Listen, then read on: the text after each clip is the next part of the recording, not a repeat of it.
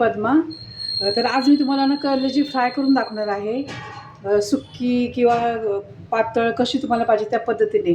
तर मी आता अशी लपतपीत कलेजी तुम्हाला करून दाखवणार आहे. तर त्यासाठी मी बघा हा कुकर घेतला आहे आणि थोडीशी कलेजी आणली. जास्त कोणी खात नाही म्हणून मी एक व्यक्तीपुरती कलेजी आणलेली आहे.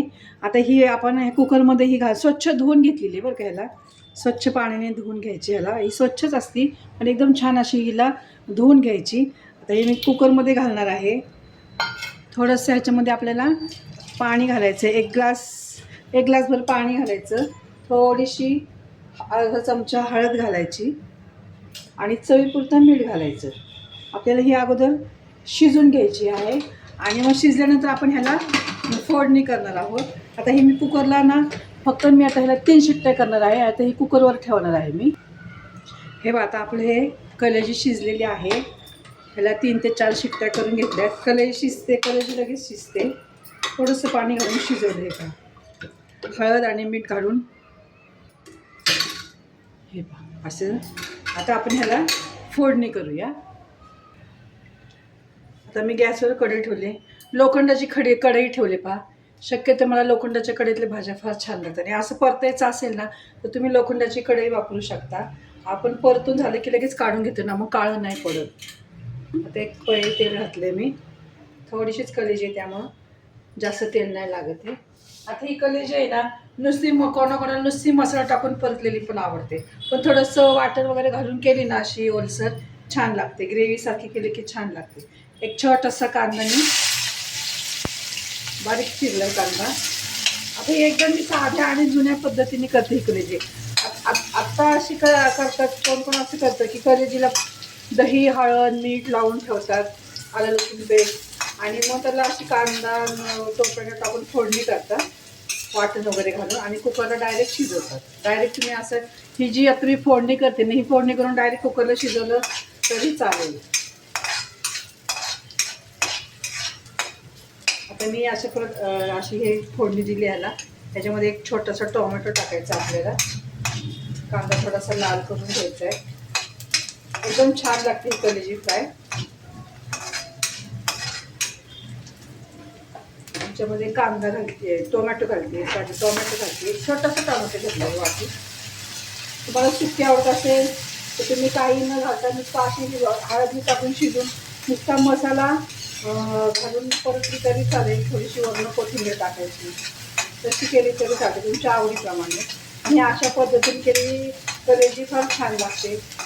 थोडीशी त्याला ग्रेव्ही घट्टसर ग्रेव्ही करायची आणि लोखंडाच्या कढईत केल्यामुळे त्याला आणखीन जास्त टेस्ट येते. पहा आता आपण त्याच्यामध्ये हळद टाकलेली. त्याच्यामुळे आता आपण हळद नाही घालायची. मीठ पण पेटानेच घालायचं आता ह्याच्यामध्ये.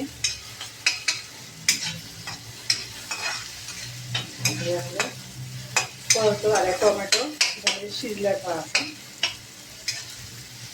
गॅस बारीक करते. आता ह्याच्यामध्ये घालायचे आपल्याला धणे पावडर. हळद आहे अर्धा चमचा, धणे पावडर छोटा, आणि हे वाटण आहे. आता ह्या वाटणामध्ये मी आलं लसूण खोबरं कोथिंबीर कांदा पुदिना असं घातलेलं आहे. पुदिन्यामुळे चव छान येते. पहा आता 1.5 चमचा घातले मी, कारण कलेजी थोडी काय त्याच्यामुळे वाटण ह्याला कमीच लागणार. सगळं मी वाटण भाजून घेतलेलं आहे. तरी पण आपल्याला ह्याच्यामध्ये परतून घ्यायचे आहे तेलामध्ये. छान परतल्याने मसाले आणखीन छान भाजीला टेस्ट येते.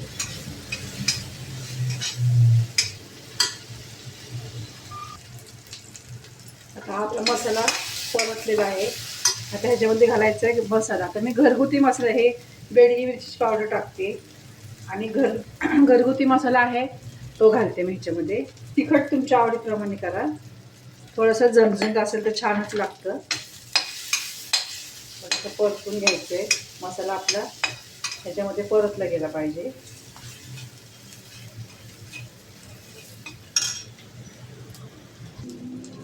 मसाला आपला परतलाय. थोडंसं मीठ टाकते. मसाला आळणी नको लागायला म्हणून थोडंसं मीठ टाकले. आता ही कलेजी शिजून घेतलेली आहे ना ती आपण ह्याच्यामध्ये घालूया. थोडंसं मी ते शिजलेलं पाणी ह्याच्यामध्ये घेतलंय. थोडासा गॅस, कारण हे आपल्याला थोडंसं ह्याच्यामध्ये शिजून घ्यायचं आहे मसाला. गॅस बारीक केला आहे. आता ह्या मसाल्यामध्ये आपल्याला हे छान वाफ येऊन द्यायची ह्याला, म्हणजे आपली कलेजी एकदम छान लागणार आहे. आता मी ह्याच्यावर झाकण ठेवणार आहे. झाकण ठेवल्यामुळे काय होईल, थोडीशी त्याच्यामध्ये वाफ बसली की मसाल्याचा वास सगळा त्याला छान लागेल, म्हणून आपल्याला झाकण ठेवायचं. हे आता याच्या मी झाकण ठेवते. एक 2 ते 3 मिनटं आपण असं झाकूया ह्याला. हे आता आपली कलेजी फ्राय एकदम मस्त तयार झाली. तर छान वास येते, पुदिना घातल्यावर त्याचा वास पण छान येते. थोडीशी कोथिंबीर घालते. आता हे आपण काढून घेऊया. हे अशा पद्धतीने ही कलेजी फ्राय मी तयार केलेली आहे. एकदम साध्या सोप्या पद्धतीने एकदम छान आणि टेस्टी लागते. आणि लोखंडाच्या कढईमध्ये असेल तुमच्याकडे तर जरूर लोखंडाच्या कढईमध्ये तुम्ही ही भाजी परता, एकदम छान लागते. अशा पद्धतीने तुम्ही भाजी करून पहा आणि तुम्हाला माझी रेसिपी कशी वाटली ते मला सांगा. आणि माझ्या चॅनलला लाईक सबस्क्राईब जरूर करा. धन्यवाद.